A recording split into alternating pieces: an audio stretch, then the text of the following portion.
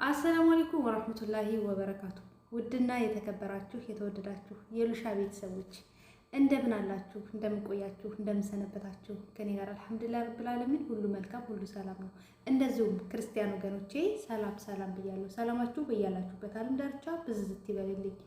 እንግዲህ እንደምታውቁት ሉሉ ዩቲዩብ ቻናል ላይ ለእናንተ ይጠቅማል፣ ያስተምራል የምላቸውን ነገራቶች ነው ወደ እናንተ ሸር ማድረገው። እናንተም ደግሞ ሌሎች እንዲማሩበት፣ ሌሎች እንዳውቁ፣ ለሌሎች እንዲደርሳቸው ሼር ማድረጋችሁን፣ ሰብስክራይብ ያላደረጋችሁ ሰብስክራይብ ያደረጋችሁ ከኔ ጋር እንድትሆኑ በትህትና ጠይቃችኋለሁ።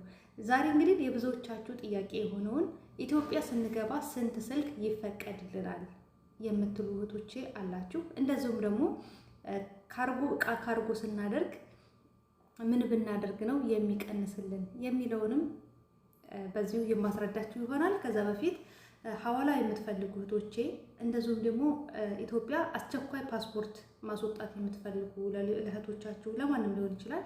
አስቸኳይ ፓስፖርት ማስወጣት የምትፈልጉ ካላችሁ 0025 1988 2488 ላይ በዋትስአፕ እና በኢሞ ታገኙኛላችሁ። የምትፈልጉትን አስተናግዳችኋለሁ በታማኝነት ማለት ነው። ታማኝነት መለያችን ነው እና አሁን ወደ የመጣሁበት ስመን ስወስዳችሁ በፊት እኔ የዛሬ አራት ዓመት ከ5 ወር ምናምን አካባቢ ላይ ኢትዮጵያ የገባው ሰዓት ላይ ይዤ የገባው ስልክ በጣም ብዙ ስልክ ነበረ። ወደ የሰው ነው አብዛኛው የሰው ነው። ወደ 13 ስልክ ይዤ ገብቻለሁ።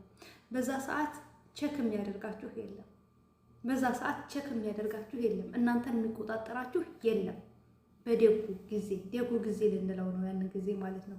አሁን ላይ ግን እያንዳንዷ ነገር ትታያለች። እያንዳንዷ ነገር ምን እንደያዛችሁ ትፈተሻላችሁ። እንደ በፊቱ አይደለም። እንደ በፊቱ መስሏችሁ እንዳትሳሳቱ። ስልክ ይዛችሁ የመሄድ የምትችሉት የስልክ መጠን እስከ 3 የስልክ መጠን ነው። ከዚህ በላይ አይፈቀድም። ከዚህ በላይ ይዛችሁ እንዳትሄዱ፣ እንዳትበሉ። ምክንያቱም ቀረጥ ይቀረጣል። ያንን ቀረጡ ደግሞ ከስልኩ በላይ ነው፣ ኦቨር ነው። ያንን ቀረጥ መክፈል ካልቻላችሁ ያ ስልክ ይወረሳል። ገባችሁ? እንደገባችሁ ተስፋ አድርጋለሁ። ያ ስልክ ይወረሳል። ስለዚህ ስልካችሁ እንዳይወረስባችሁ እንዳትቀረጹ 3 ስልክ ብቻና ብቻ ነው ይዛችሁ የምትገቡት። ብቻና ብቻ። ይሄ እንደተረዳችሁት ተስፋ አድርጋለሁ። ያው ካርጎ ስንት እንደሚፈቀድ ቪዲዮ ሰርቻለሁ። መድገም አይጠበቅብኝም። ሌላው ደግሞ አሁን ወደ ዋናውና ወደ አንገብጋቢው ሁኔታ ልመጣላችሁ ነው። ካርጎ እንዲቀንስላችሁ ካርጎ አድርጋችሁ ቀረጥ እንዲቀንስላችሁ ማድረግ ያለባችሁ ነገር ምንድነው? መጀመሪያ ልብሶች ስንገዛ ብራንዶቹ ይጻፋሉ አይደለ? ወረቀት ይኖረዋል አይደለ? ያንን ወረቀት ገንጥላችሁ መጣል አለባችሁ። ገንጥላችሁ መጣል። የእቃም ከሆነ የምንም ከሆነ እቃም ከሆነ የሆነ ነገር እንደ አቧራ ነገር የሆነ ነገር እንትን ብትሉት እየተሻለ ነው። ለምን መሰላችሁ? አሮጌ ስለሚመስላቸው ያን ያክል ቀረጡ ላይ ትኩረት አያደርጉበትም። ይሄ አንድ አማራጭ ነው። ሁለተኛው ደግሞ ዋናውና ወሳኙ አማራጭ ደግሞ ምንድነው? ቀጥታ የእቃችሁን ዝርዝር እያንዳንዳችሁን የእቃችሁን ዝርዝር ይዛችሁ ኢትዮጵያ ኤምባሲ ሄዳችሁ ነፃ ወረቀት እፈልጋለሁ፣ ከካርጎ ነፃ የእቃ ወረቀት እፈልጋለሁ ብላችሁ ማጻፍ ይኖርባችኋል። ኤምባሲው ደግሞ ያንን የነፃ ወረቀት የት እንደምታገኙና ከየት እንደሚጻፍላችሁ ይመራችኋል። ከዛ ያንን እዛ እቃ ወረቀት ላይ እያንዳንዱ እናንተ ካርጎ ያደረጋችኋቸው እቃዎች ሙሉ ለሙሉ ዝርዝራቸው ይኖራል። ከዛ በዛ መሰረት ከካርጎ ነፃ ማስገባት ትችላላችሁ ማለት ነው። ግን እናንተ ላኪ ሆናችሁ እዚህ ጋር ማወቅ ያለባችሁ እናንተ ላኪ ሆናችሁ ወይ ባላችሁ ወይ እህታችሁ ወይ እናታችሁ ተቀባይ ብትሆን ያ የነፃ ወረቀት በእናንተ ስም ስለሆነ እነሱ ይቀረጻሉ። በስማችሁ ነው። ይሄ የነፃ ወረቀት ደግሞ ሊፈቀድላችሁ የሚችለው አጠቃላችሁ ስትገቡ ነው። ላለመመለስ አጠቃላችሁ ስትገቡ ይሄ የነፃ ወረቀት ይፈቀድላችኋል። ካልሆነ ግን ይሄ የነፃ ወረቀት አይፈቀድላችሁ። ይህንን የነፃ ወረቀት ማግኘት አትችሉም። ነገር ግን ላለመመለስ አንደኛውኑ በቃ ስደቴን ጨርሻለሁኝ ከዚህ በኋላ አልመለስም፣ ስለዚህ ያሉኝ እቃዎችን በሙሉ ሰብስቤ የምፈልገውን ነገር አድርጌ ወደ ሀገሬ ነው የምገባው ካላችሁ ያ የነፃ ወረቀት ይጻፍላችኋል። በዛ በነፃ ወረቀት መሰረት እቃችሁን ከካርጎ ነፃ ታወጣላችሁ። ብትቀረጹ እንኳን የተወሰነ ነው የምትቀረጡት፣ ውስን ነገር ማለት ነው። ማሽኖች ምናምን ይቀረጻሉ። በተለይ ፍሪጅ፣ ቴሌቪዥን እነዚህ እቃዎች ይቀረጻሉ። ነገር ግን እናንተ ዝም ብላችሁ ኢትዮጵያ ባለ ሰው ብትልኩ አንዳንዶቹ ረህመት ያላቸው ሰዎች ካጋጠማችሁ አይቀርጹባችሁም። በቃ ይሁን እዝነት ያላቸው ሰዎች፣ አንዳንዶቹ ደግሞ ኦቨር ያደርጉትና ለህሌናቸው የማይኖሩ በቃ እዚህ ጋር ምንም የማይመስላቸው የሰው ህመም የማያማቸው በቃ የሚያዩት የሚመለከቱት ብርና ብር ብቻ የሆኑ ሰዎች ካጋጠሟችሁ የቀረጽ ዋጋውን ኦቨር አድርገው እንዳትከፍሉ አድርገው እዛው እቃችሁን ይወርሱና ይሸጡባችኋል። ምክንያቱም ከእቃችሁ በላይ ቀረጽ ሲመጣባችሁ ያላችሁ አማራጭ ያንን ገንዘብ መክፈል ስለማትችሉ ያላችሁ አማራጭ እቃውን ለካርጎ አስረክባችሁ ለነዛ ሰዎች አስረክባችሁ መውጣት ነው። እነዛ ሰዎች ደግሞ ሸጠው ይጠቀሙበታል።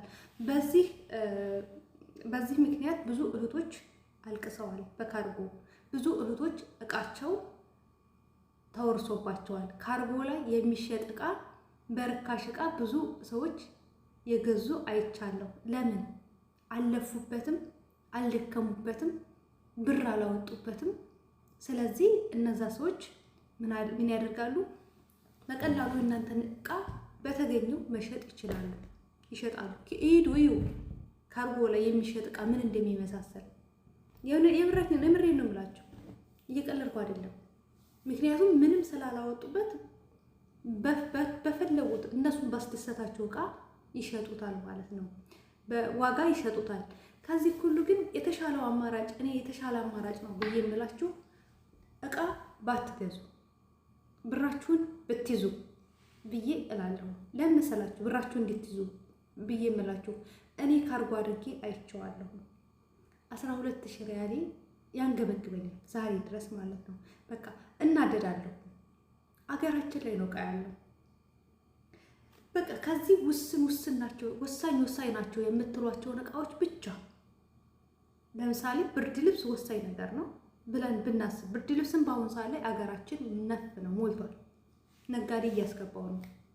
እቃዎችን፣ ማሽኖች፣ ሁሉ ነገር የሌለ ነገር የለም፣ እየገባ ነው። አገራችን ላይ ያልገባ ነገር የለም። ብራችሁን ብቻ ይጭነቀው። ከዚህ ካርጎ ስታደርጉ ካርጎ የምታደርጉበት በኪሎ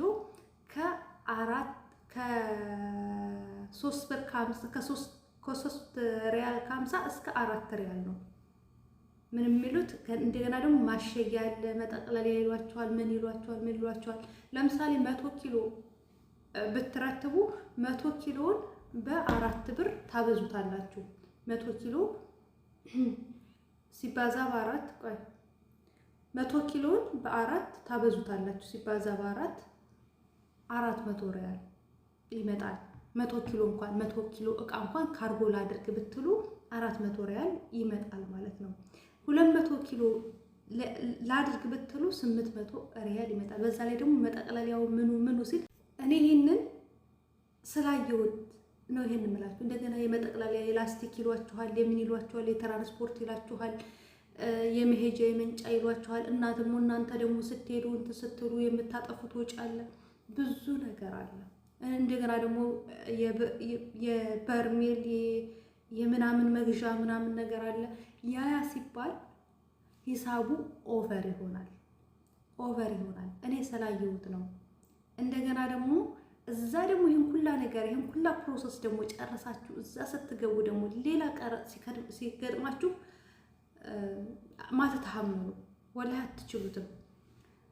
እና የተሻለውን ነገር አላህ ይገዛችሁ። እንደተረዳችሁ እንደገባችሁ ተስፋ አድርጋለሁ ኢንሻአላህ ማለት ነው። አላህ የተሻለውን ነገር የተሻለውን ኸይር የሆነውን ነገር አላህ ይምረጥልን። አሁን ላይ እውነት ለመናገር በጣም ከባድ ነው ካርጎ ላይ ያለው ነገር ማለት ነው። ምክንያቱም እህቴም በቅርብ ነጋዴ ነበረች እና የፈለጉት ጥሩ ሰዎች ተገጠማት በጥሩ ዋጋ ይቀርጹላታል። በቃ እንደዚህ ለህሊናቸው የማይኖሩ ሰዎች፣ ገንዘብን ብቻ የሚያስቡ ሰዎች። ይሄ ነገር እኮ ለመንግስት አይደለም ይሄ ሁላ። አሁን ግን አብዛኞቻችን የምንወቅሰው ምንድነው? መንግስትን ነው። ግን ይሄ ሁላ ነገር ደግሞ ለመንግስት አይደለም የሚገባው፣ ግለሰብ ነው የሚጠቀምበት። እዛ ቦታ ላይ የሚሰራ ሰው ነው የሚጠቀምበት። እዛ ቦታ ላይ እህቴ በቃ ስንቱ ያለቅሳል፣ ስንቱ ደም እንባ ያስለቅሱታል። እዛ ቦታ ላይ ማለት ነው ስንቱን ደም እንባ ያስለቅሱታል። ግን ለመንግስት አይደለም ለግላቸው ነው። እህቴ ስትቀረጽ ትራንስፈር እናድርግልህ በሞባይል ባንኪንግ ሲባል አይደለም ካሽ ነው የምፈልገው ነው ያለው።